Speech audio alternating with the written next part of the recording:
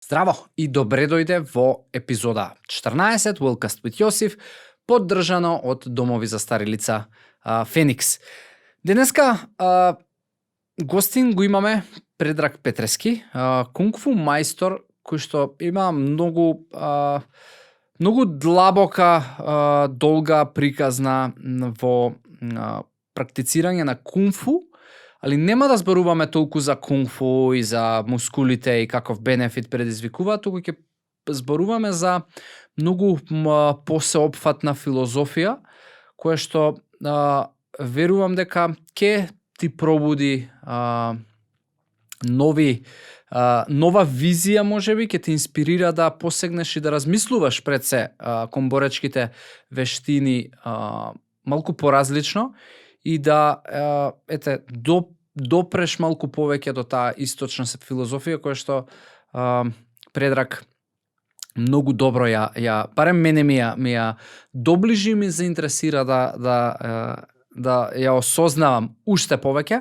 така да нема многу да должам и да зборувам, затоа што треба да ја исконсумираш целава содржина во денешнава епизода и остави коментар, остави прашање, поврзи се со Предраг и уживај во епизода 14 на YouTube, на социјални мрежи, Google Podcast, Apple Podcast, Spotify, како ти милуваш така.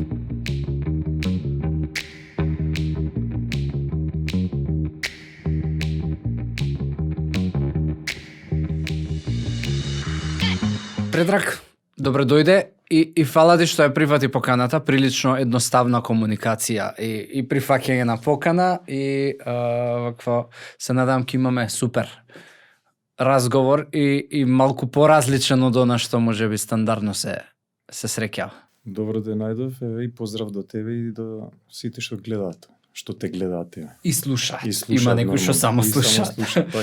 Супер. Предраг, традиционално секој гостин, во подкастов чисто си кажува за себе нешто повеќе и си се представува, затоа што не знаеме кој од заедницава колку знае, што знае, исто кој што ја не знаев. Така да ќе ти дадам време да чисто ни кажеш кој е Предраг, што прави, со што се занимава, во што верува и дали луѓето може да те најдат некаде за да користат нешто од твоето учење, услуги, сервиси и се што нудиш. Так. Па, кој е Предраг? Предраг е еден обичен човек овде, во Скопје. Инаку се занимавам со повеќе работи. Прво ми беше сонот да бидам како тинеџер, да бидам припадник на вооружени сили, значи воено лице да бидам. И тој сон го остварив. Почнав 90-та година на тогашната воена академија во Белград. Таму бев 2 години, па 91 година, втора, кога се растураше Југославија, мораш да се вратиме назад. И школувањето го продолжив овде, го дозавршив и постанав офицер на армијата на Република Македонија. И некако уште од најмали нозе ме привлекува боречките вештини. Најверојатно најдов некој спои со воениот позив и боречките вештини, така да продолжив да трагам, да барам некоја боречка вештина, на која сум се занимавал со джудо, со карате и така натаму. На војната академија не учеа самоодбрана, али тоа беа све техники, некои од каратето, од джудото извадени и така натаму. Во тоа време само тие вештини беа познати. Меѓутоа, мислев дека нешто ми недостасуваше кај тие спортови, да ги кажам вештини и така натаму, и барав нешто уникатно, нешто што навистина ќе ме исполни мене. И тогаш 92 година го сретнав мојот учител, да кажам, Ѓоре Костовски, кој што во воената академија, во спортската сала држеше во тоа време тренинзи за Wing Chun Kung Fu. На првиот тренинг го испуштив затоа што имав обврски према воената единица таму кај што бев. Мгм. И го пратив мојот цимер таму, викам цимер, оди да видиш, викам што се случува на тренингов и викам ти ќе ми пренесеш. Он го гледал целиот час и дојде и ми вели слушај, овие нешто вртат со рацете, не знам што прават. Ама знам дека вртеа, некој изведува, некој работи и така натаму. Ја викам ова е за мене. Чим е така нешто необично, нешто да не кажам ајде под наводници комплицирано, значи ми представуваше некој предизвик. И отидов после тамо и останав цело време тука. И сега од тука започнува, да кажам, мојот втор живот. Онака, значи од 92 година кога го запознав кунг-футо. Значи тренирав. Сега ти си учител? Сега сум јас учител. После 30 години искуство, да кажам, во вештината. Значи сега сум јас учител и имам доста следбеници, сум имал и порано, значи доста луѓе. Добро, каде еве човек ако сака да почне да учи и да тренира ова вештина, со тебе каде може тоа да го прави, каде ги правите? Па моментално тренизите ги одржувам во воената сала на воениот стадион во Градски парк. Аха, окей. Да. Секој вторник и петок од 19 часот до 21 и во недела имам уште еден термин од 12 на пладне до 14 часот по план. Супер.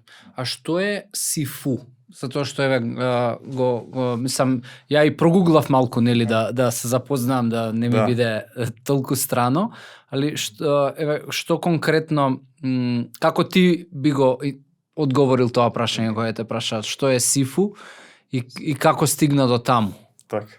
Само со време или има и некој да каже сега може да бидеш сифу? Без тоа не може да биде.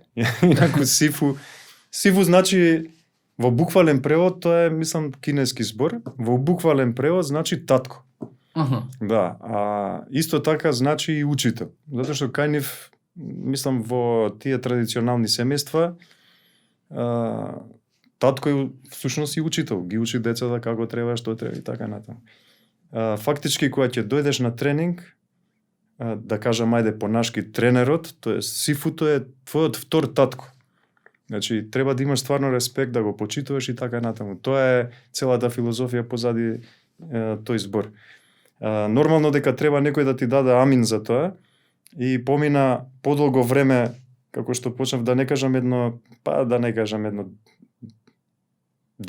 години во изучување на вештината, за да ја добиам титулата сифу. А сифу значи ти е од поодамна титула, не е од сега пред некој период. Да. Значи тоа е титула или звање, како да кажам, која што ја добиваш со полагање на одреден ранг и после тоа е 10-ти ранг. Кај нас, например, така се бодуваат, као 10-ти ранг, и после тоа имаш уште плюс 6 ранга, тие се веќе мајсторски рангови, кои што треба исто така да ги полагаш и да се стекнеш со титула мајстор во вештината. Значи имаш сифу и после тоа мајстор. Меѓутоа сифу, кога еднаш ќе станеш сифу, на твоите ученици ти, да кажам, доживотно ќе им бидеш сифу. Ти уствари си нивниот татко, учител и така натаму. Јасно. Ја ги имам тие 6 мајсторски степени положено. Значи тоа се првиот и вториот се со оружје, така наречени пеперутка мачеви, кратки мачеви се тие. Третиот и четвртиот степен е со така наречена змаева мотка, значи со неа, апликации, форми и така натаму. И петиот и шестиот степен е степен каде што полагаш вештина на лечење и само лечење. Значи да можеш да помагаш на некого, да го лечиш и да си помогнеш самиот на себе кога ќе имаш проблем, да кажам, од таа природа. Сега тука исто ќе го одмотаме клопчето и мене ми се јавуваат интересни прашања, а тоа е, и кога проаѓав низ твојот профил, да кажем, и она што нели го во што веруваш и како го изразуваш, пишува дека нели боречката вештина помага да дојде човек до умствен мир, Така. до здравје. Да. А од друга страна, општо прифатената перцепција некако нели на општеството за боречки вештини е малку поразлична. И ако гледаме што е најатрактивно по параметри за публиката, тоа се борби, ММА, не знам, бокс и така натаму, кај што нели прво има многу пари, Да. и публицитет, второ има многу, знаеш, некојаш воопшто не е пријатно за гледање на одредени слики, кај што има многу насилство и на крај на денот последици Така. за борачите, кои што во подоцнежни години реално многу од нив се соочуваат со проблеми со здравието поради тие удари, поради траумите кои што ги доживува и умот и телото. И каде еве застранило општеството и таа перцепција на боречката вештина наспроти она што еве ти го промовираш, дека е умствен мир, дека е здравје, а од друга страна еве гледаме насилство и нездрави луѓе во подоцнежни години затоа што имаат трауми. Прво треба да разграничиме овде и треба и луѓето да знаат, значи имате боречки спорт и има боречка вештина. Боречките спортови имаат излезено од боречката вештина, значи тоа е само еден сегмент од боречката вештина. Мене не ме интересираше боречки спорт. Значи јас, како што на почетокот кажав, јас се занимавав со џудо, каде што имавме такмичења. Тоа е оној греплинг што сега е толку популарен, BJJ и така натаму. Значи имавме тоа, го практикував и кога бев овде како средношколец и кога отидов на воената академија. Имавме меѓуакадемски олимпијади тогаш ни се организира на ниво на цела Југославија. Значи имавме и тамо такмичења. И мене тоа не ме интересираше. Океј, се, значи надпреварува. Меѓутоа, ја не сакам никога да навредам. Боречките спортови се како и секој спорт, океј се и така натаму. Меѓутоа, боречкиот спорт, според мене, тој сегмент од боречката вештина, го јакне егото. Ме разбирате што ја кажам? Значи, егото, што правиш ти всушност? Ти всушност се надпреваруваш за да освоиш некоја титула. Значи се надпреваруваш. Треба да бидеш подобар од противникот. Меѓутоа, овој сегмент во боречките вештини бил направен за да видиш ти каде се твоите слабости. Партнерот ти е всушност тебе, да кажам, реквизит. Ти преку него гледаш кај имаш пропусти во вежбањето и после тоа пак се враќаш на основата. Тоа е суштината на боречката вештина. И сега кога збориме за боречка вештина, треба да кажеме дека боречките вештини треба да бидат комплетни. Значи, тука има многу филозофија. Тука нема само физичка активност. Тука има филозофија која што добро на истокот е вметната од, јас секогаш зборам, будистичка филозофија, не зборам за религија сега овде. Значи, будистичка филозофија и таоистичка филозофија е внесена во кунфуто. Мене тоа ме фасцинираше во подоцнежниот период. Јас кога влегов прв пат во сала да изучувам, мене ми беше за самоодбрана, затоа што ја работев и таа професија, бев воено лице. Така. Мене тоа ме интересираше. Јас сакав да бидам силен, да можам и практично да изведам некои работи и така натаму. Меѓутоа, како навлегувате во боречката вештина? Ја осознавате онаа страна што не се гледа. Ова е само страна што се гледа. И тоа може би многу мал дел, фракција од она што е така е. Тоа е како санта лед. Имате 20% на површината, го гледате ледот, 80% се наоѓа долу. Тие 80% таа филозофија. Тоа ме фасцинираше мене. И кога ќе навлезате тамо, и тоа од тука видов дека не за џабе ги вовеле тие боречки вештини во тие будистички храмови, да кажам религиозни сегашни, и се уште тамо се работи. Зошто? Затоа што преку изучување на борачката вештина се смирува духот. Кај нас на западот е ова обратно сватено. Западот оди поради општеството како што е дадено такво како што е креирано, треба да се создадат пари. Значи они гледат, ова можеме да го искористиме за пари. Го земаме тој сегмент и го развиваме тука. И тука се прават пари на основ на тоа. И сега, затоа имате, ја не викам, тие се многу деструктивни, да. Не можеш ти сега да примаш толку удари и на крајот уште не е направена таква студија, според мене, на овие UFC, MMA борби што се, да видиме здравствената состојба во подоцнежните години какви ќе бидат. Не е направена на тие, но направена е кај рагби играчите во Америка, така. кои што исто така со цели заштити се, така. Ама трпат сериозни удари во меѓусебни дуели и во подоцнежни години тоа се афектира. Така, да. Сигурно процентот е многу поголем кај овие борци. Така. Само што не е правена студија. Не е направена. А постои филм за ова. Заборив само како се вика и Уил Смит е во филмот. Базирано е на вистинска приказна. И еве прогуглај на IMDb со Уил Смит ќе ти го дае филмот и гледај го. Многу е интересен. И е така да ја и затоа со сигурност констатирав кога го формулирав прашањето дека нели боречки, знаеш, перцепцијата наша е дека постои траума, постои страдање, постои, знаеш, а ти збориш за мир, за здравје, што воопшто немаше компатибилност некоја. Така е, да. Ја ми промакнало ова на еден начин. Филмови ги сакам тие од тој Холивуд е така направен за да ја пренесе пораката, да кажам онака што се вика под маса, под тепих ја пренесу, а кој свати. Да. Сега знаеме дека овие што се такмичат, значи тоа се луѓе кои што, маца, ако ги гледате нивниот бекграунд, тоа се луѓе кои што биле сиромашни, кои што гледаат да излезат од таа сиромаштија, затоа што таму се вртат големи пари.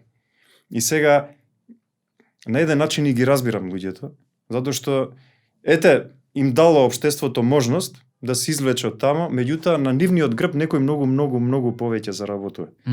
Некој, да не кажам милиардер, се прави од тие борби и така натаму.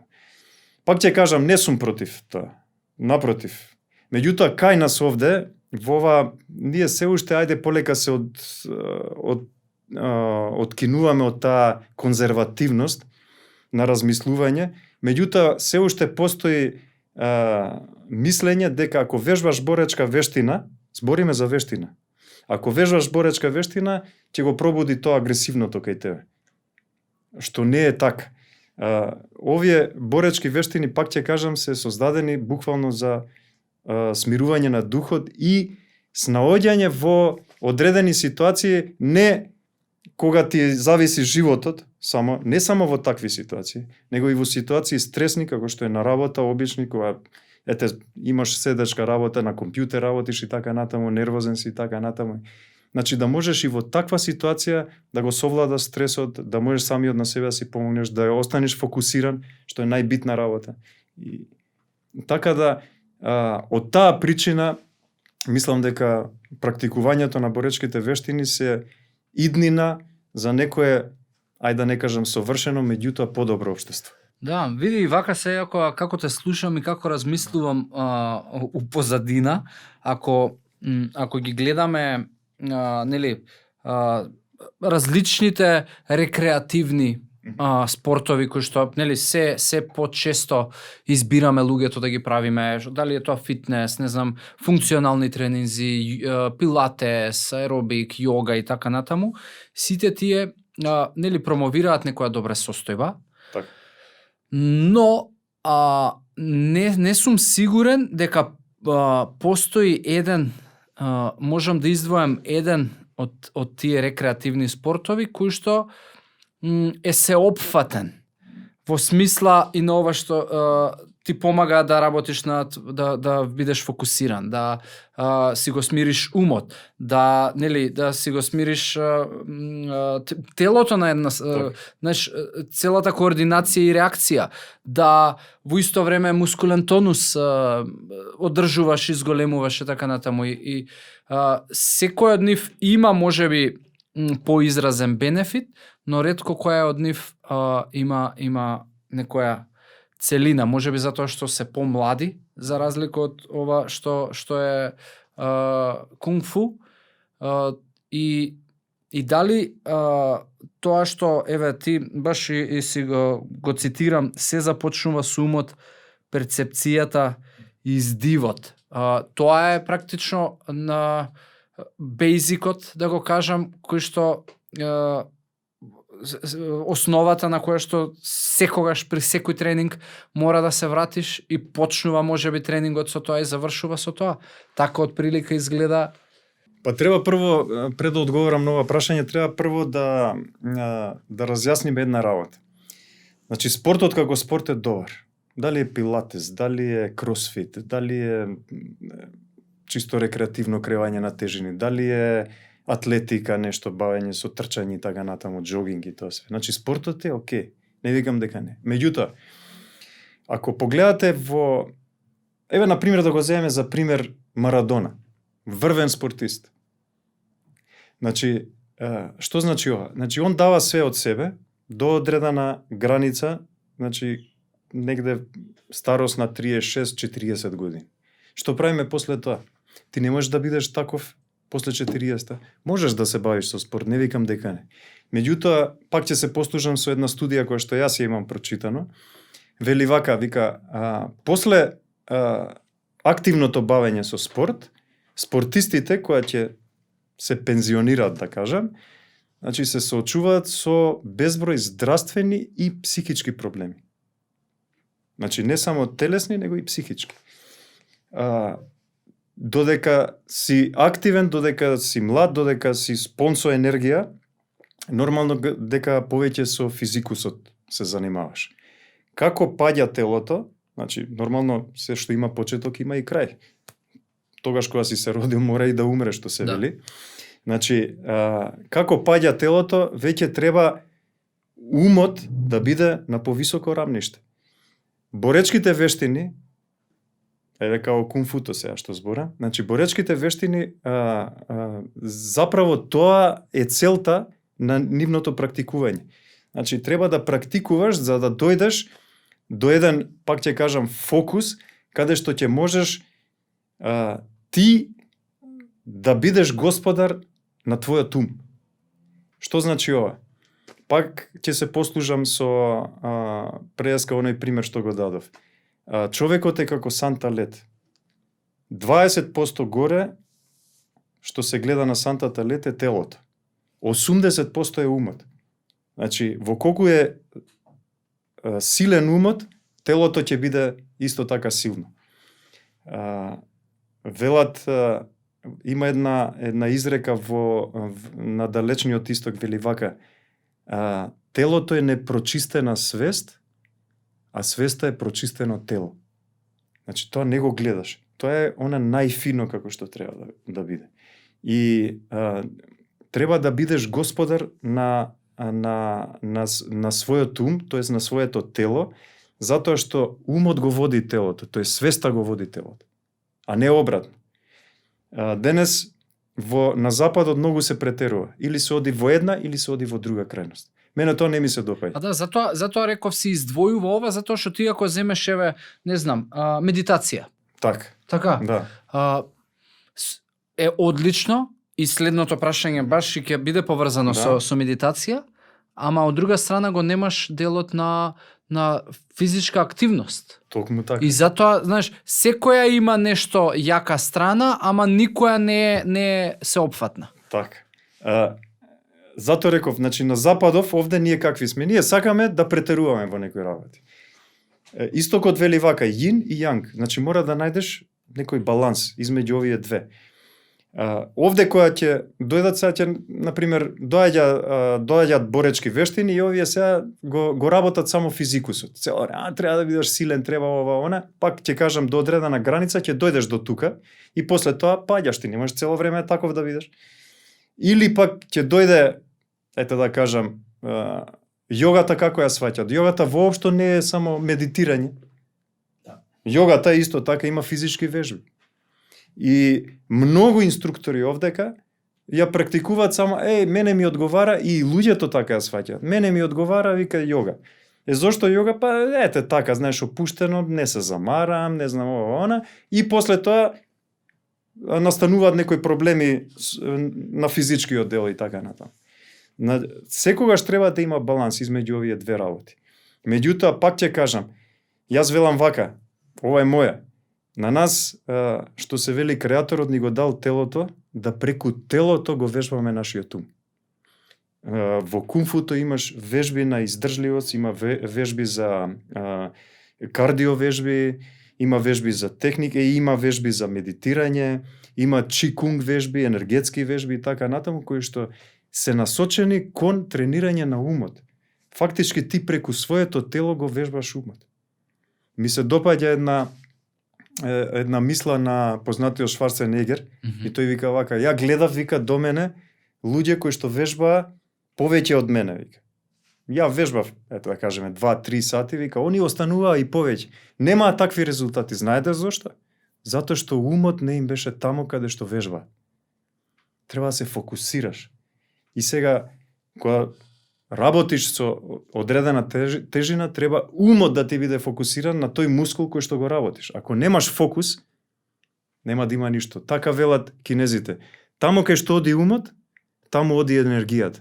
Чито оди таму. Да. Јогата е спомна и е исто доаѓа од истокот и има источна филозофија во себе носи и еве боречки вештини тоа го прават и генерално има некоја блискост во тоа дека јогата можеби е најблизу се опфатна ако човек ја практикува, нели, на вистинскиот правилен начин и нешто што мислам дека ги поврзува, и ако не се лажам ќе ме поправиш, е тоа дека во јогата никаде не можеш да најдеш надпревар. По јога. Или лиги, или скалила, или, знаеш, или килажа, толку направи, или серии и така натаму. Дали е тоа истото и кај вас, кај боречки вештини и кај кунг-футо? Истото и во боречките вештини, токму така. Значи нема надпревар, единствениот надпревар е надпревар со самиот себе. Значи ти се надпреваруваш. Јас ако сум денеска вака, гледам да бидам утре уште подобар. Значи цело време и оние што реков така наречени спаринзи, и кај нас организираме спаринзи, ги правиме всушност за да ги најдеме нашите, да кажам, дупки во она што го практикуваме. Значи за да идеме понапред, мора да користиме многу повеќе алатки. Јогата исто така е индивидуална. Значи таа не е да се надпреваруваш со некој или не знам што, значи таа е индивидуална, која што исто така води кон едно подобро психофизичка состојба, смирување на умот, фокус, телото исто така во една равнотежа и така натаму. Нема некоја голема разлика, меѓутоа боречкиот систем за разлика сега, ајде ако ја споредуваме со јогата, нуди, ајде да кажам, и оние други работи, справување во одредена ситуација со, да кажам, кога и животот ти е во опасност и така натаму, значи на улица, како да се однесуваш и така натаму. Меѓутоа, мајсторството е кога ќе дојдеш на одреден степен да не доаѓаш во таква ситуација. Тоа е веќе мајсторство. Има една... Ама и да не си отидеш растресен и нервозен, со повредено его затоа што не направи ефекција, ама гневен си одам дома. Токму така, вика, мојот мајстор велеше вака, вика, ако вежбаш 5 години кунг-фу, вика, ќе можеш да совладаш двајца противници. Ако вежбаш 10, ќе можеш да совладаш четворица. Ако вежбаш повеќе од 10 години, нема повеќе никога да совладуваш. Вика, нема ни да имаш потреба да се бориш. Така да ќе дојдеш во една ситуација каде што сето ова ќе ти биде толку беззначајно, затоа што многу лесно е да ги повредуваш луѓето. Многу е лесно, луѓето не се свесни за тоа. Значи можеш да го повредиш во, така кажам, во една секунда, меѓутоа е многу тешко да му помогнеш на некој. Тука ако бидеш онај вистинскиот, тогаш си мајстор. Да. Добро кажано. Предраг, дали ќе сгрешам ако кажам дека преку практицирањето на боречкава вештина и медитираш? Да. Јас медитирам. Што да ќе сгрешам? Нема да сгрешиш затоа што ќе ти кажам дека и сега медитирам. Сега додека зборам со тебе. Ептен ми е пријатно онака, значи во тотална равнотежа сум. Меѓутоа, за да дојдеш до овде, има неколку техники кои што на секој човек не мора да практикува боречка вештина. Нема потреба. Секој човек треба да го знае тоа. Тоа го имам објаснето во моето дело, Спознание на изворот. Значи, таму ја објаснив цела филозофија на техники и практикување за да дојдеш до тоа, за да бидеш смирен и да не кажам, во секоја ситуација да се препознаеш сами од себе си, да знаеш кога си возбуден и да знаеш како во моментот да се смириш.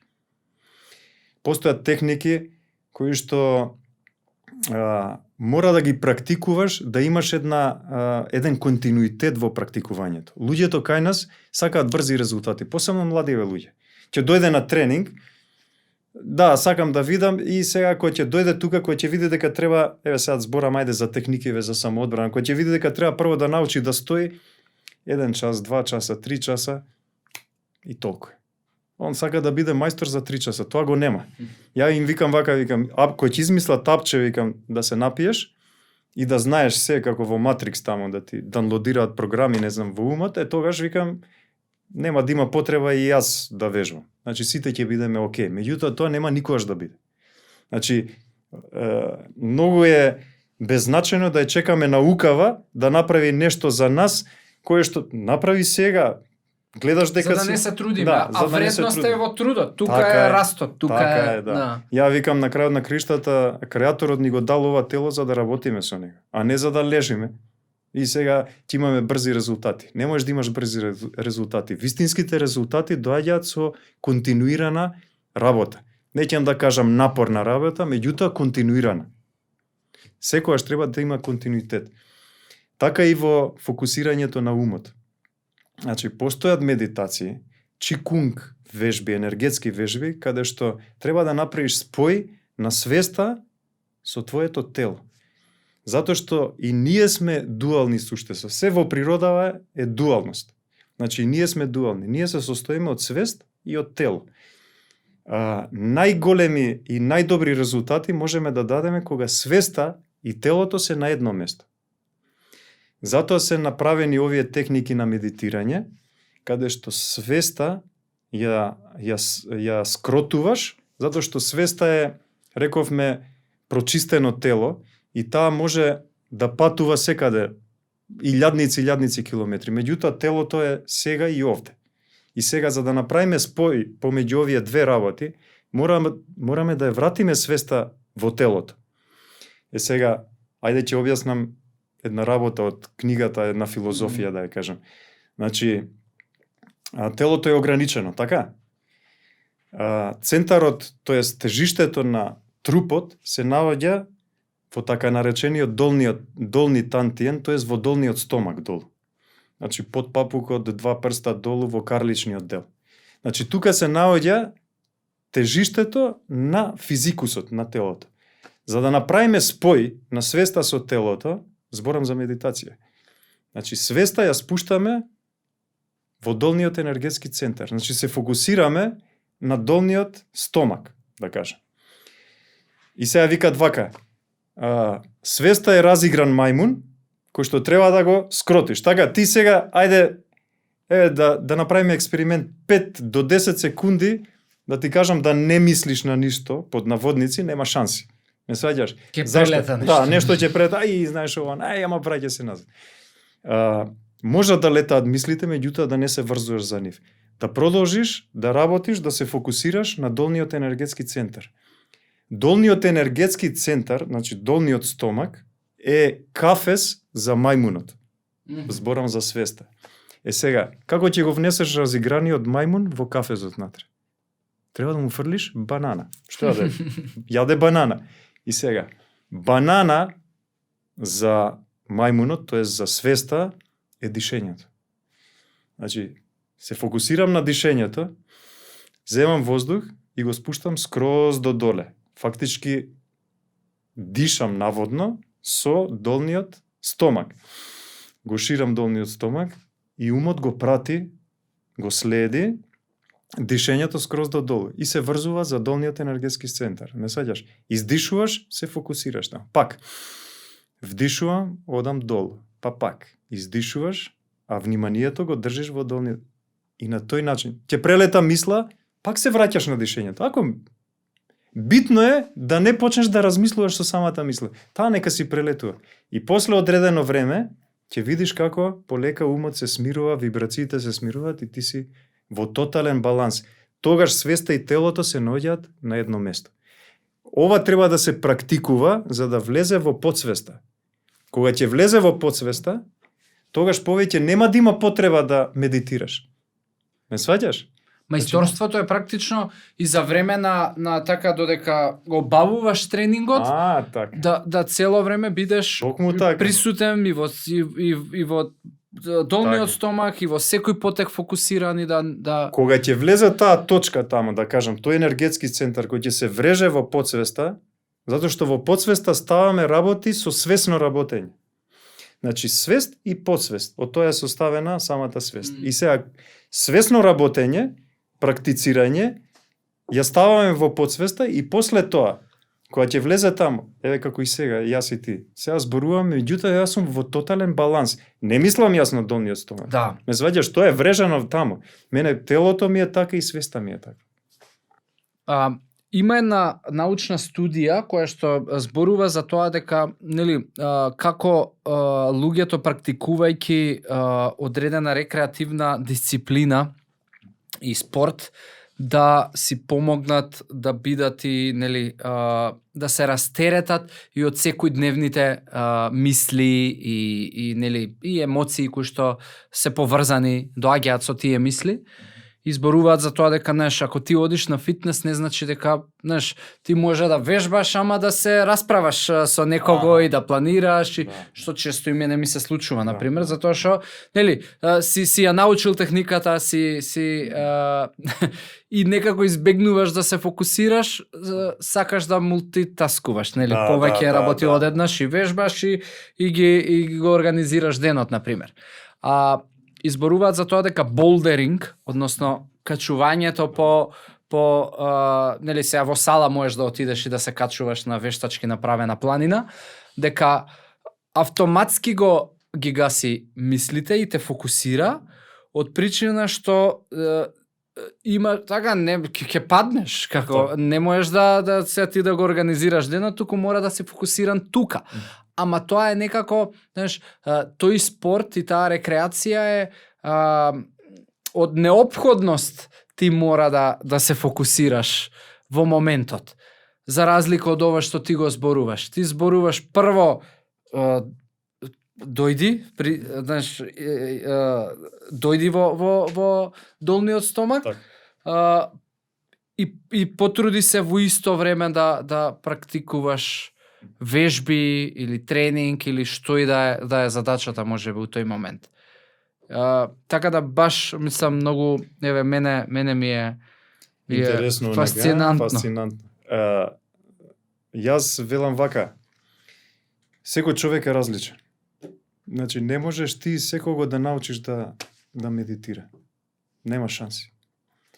Има некои луѓе, ја познавам луѓе, кои што не можат да се смират. А што зборам? Значи, не можат на овој начин. Некој викате, јогата ми е добра, тамо медитираме, не знам. Океј, во ред. зборуваме за свеста. Значи тука медитираме. Меѓутоа има луѓе кои што нон-стоп им работи мозокот. Значи нон-стоп им работи. Боречката вештина зошто е добра? Сега кога го спомна клайминг и ова. Значи зошто е добра? Затоа што во боречката вештина кога ги работиме техниките, ти мора да бидеш тука. Ја велам, вие, така им зборам на сите ученици, ти сега медитираш. Не си свесен. Затоа што во колку не ти е фокусот тука, ти ќе добиеш удар. Случајно ќе тудриш се. Не онака, ама ти мора да бидеш фокусиран за да ја изведеш. Ти фактички му даваш налог на умот што треба да прави. Тоа е медитација, да можеш да го контролираш твојот ум. Не да работи он. И сега, што велиш, си креваш текчење, она што спомнав со Шварценегер, убаво кажува, си кревам тегови, си слушам музика.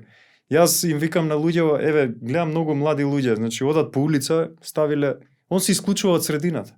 На тој начин вршиш дефокус. И само го тренираш умот да се дефокусира. Ти кога не си свесен за околината околу тебе, ти си на друго небо, што се вели. Не сваѓаш? Значи тргни ги тие. Или па, трча, слуша музика. Јас сум исто така против тоа.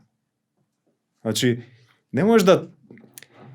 Види, сите сетила кога се вклучени во една работа, тогаш си даваш максимум од себе. Значи, ја фокусираш енергијата и добиваш максимум од она што работиш. Присутноста уствари така во моментот. Да, све да прецепираш, така а не да... Значи, да кажеме како се учат странски јазици. Не е само со зборување.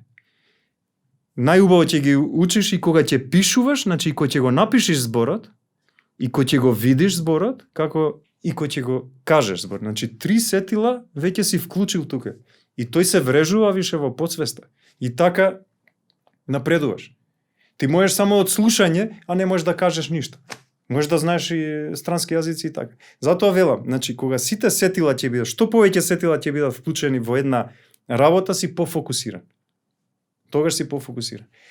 Кога сме кај медитацијата, сме гледале доста луѓе се одат, ама тие тамо негде, не знам, на планина медитираат, знаеш што. Тие медитираат на планина, ќе дојде овдека, ако сообраќајот ти смета, ако ние сакаме да функционираме како нормални луѓе. Затоа не е потребно да одиме некаде, не знам, 10 години да медитираме тамо, ако ќе дојдеме овде, ќе гледаме, немаме никаков резултат од тоа.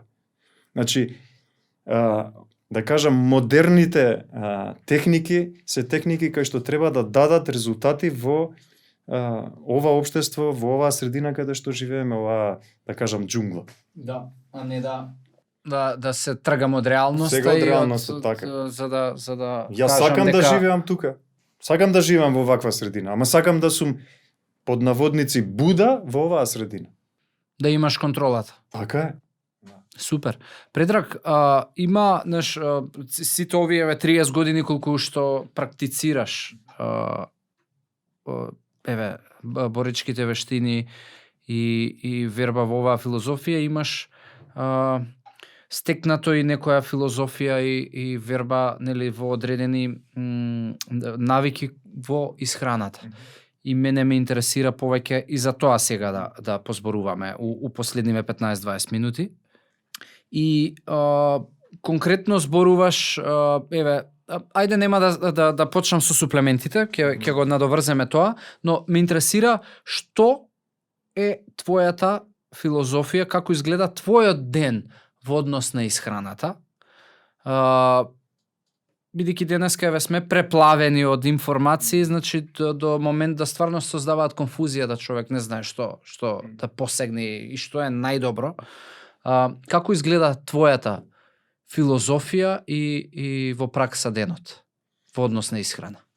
Во однос на исхраната, сите овие работи кои што во секојдневниот живот што ги обавувам, и на работа, разговор со луѓе, комуникација, работа, тренинг и така натаму, сите овие работи ги имам стекнато од боречките вештини. Значи, низ изучувањето на боречките, затоа реков, ова е боречка филозофија која што го прави човекот да биде комплетен.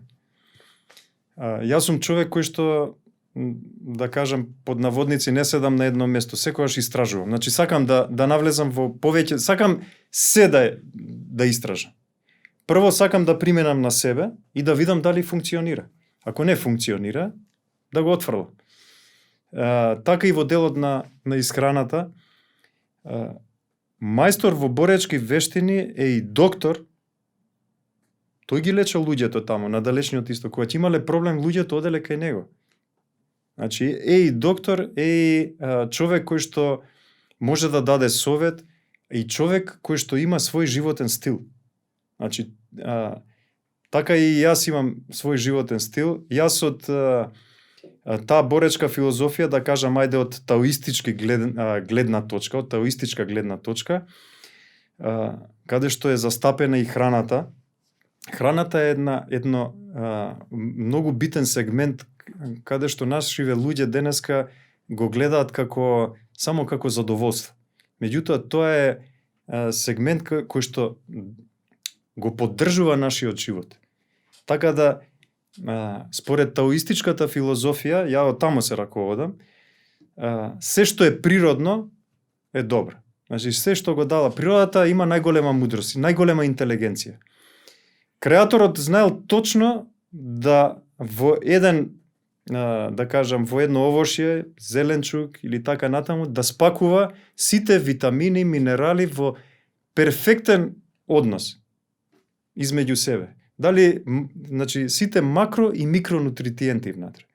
Ниедна лабораторија, која што човекот денеска работи, ниедна лабораторија не може да го направи тоа. Зошто не речат, еве, направивме идеално јаболко, па да ти продадат јаболко? Затоа што не може да ти го продадат. Јаболкото како јаболко ќе го најдеш ондека, е многу поевтино. Од јаболкото не се прават пари. Зборам за милиарди. Во вакви општества западни како што ние живееме, значи од тоа не се прави пари. Се прават пари од апчиња. Меѓутоа, ја пак ќе тргнам, ќе речам, дали си се запрашал, апчињава растат на дрво? Не растат на дрво. Апчињава се продаваат во аптеки. Сега пак ќе кажам, не сум против тие. Зошто?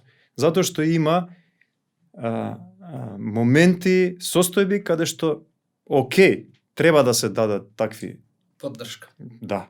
Значи да се извлечеш од одредена ситуација каде што си се довел, меѓутоа ти не можеш да се ставиш на цел живот, до крајот на животот да бидеш на тоа.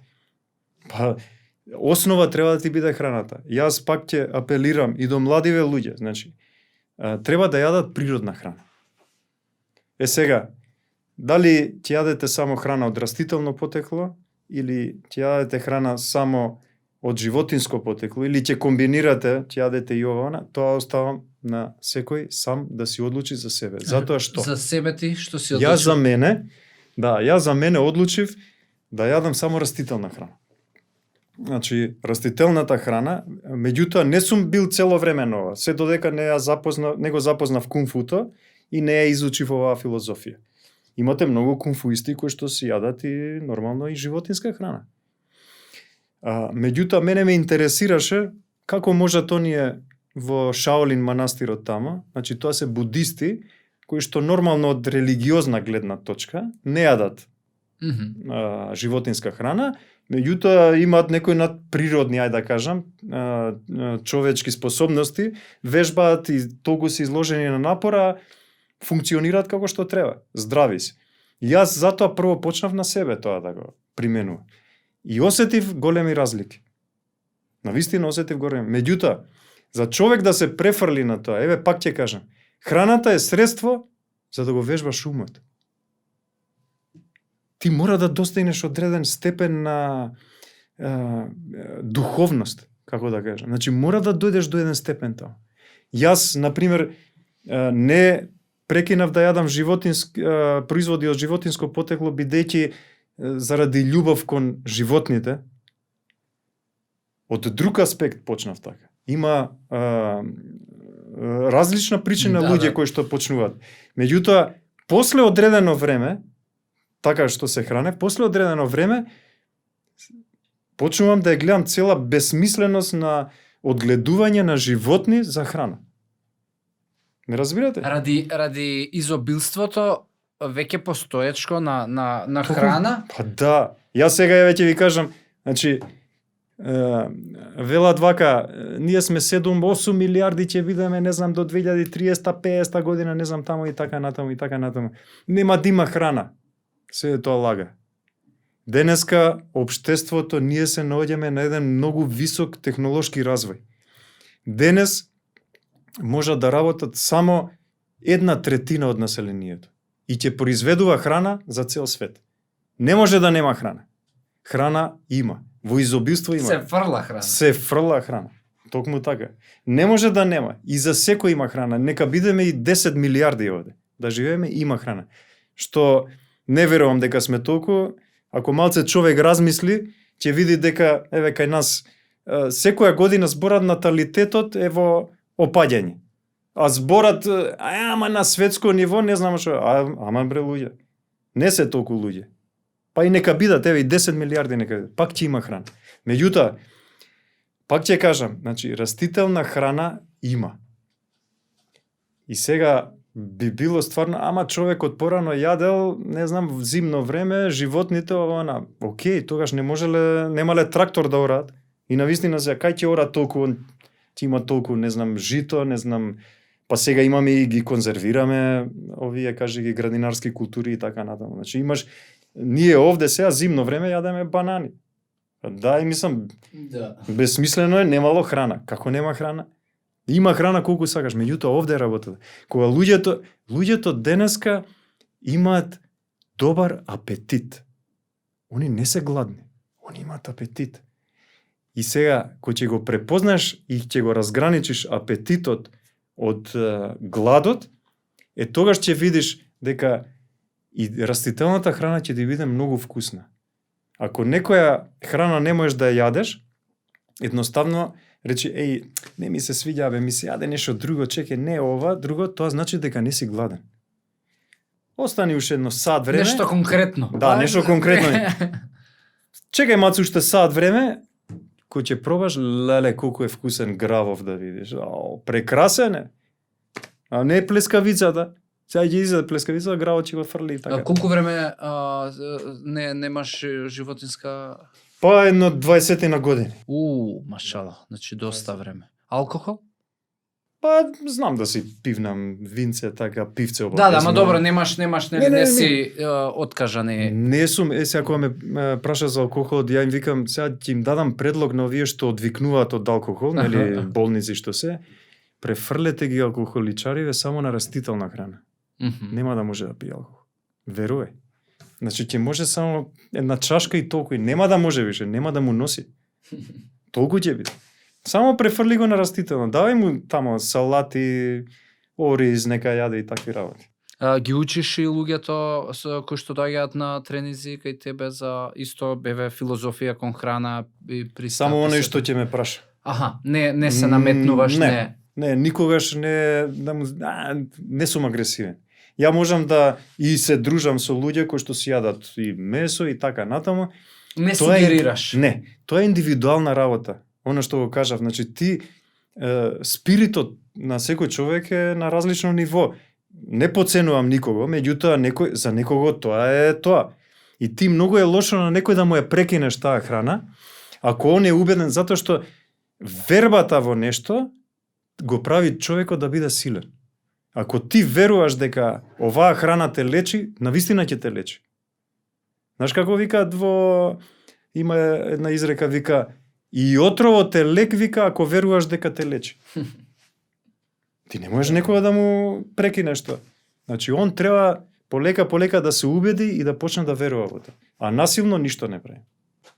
Предраг, практично еве вака после, нели, колку 40-50 минути веќе разговор, заклучувам дека можеби боречка вештина, терминологијата не треба да се вика боречка вештина, пошто не е уопште, знаеш, не е поврзано со никаква борба, е повеќе би опстанувачка виштина, како да опстанам на најдобар можен начин.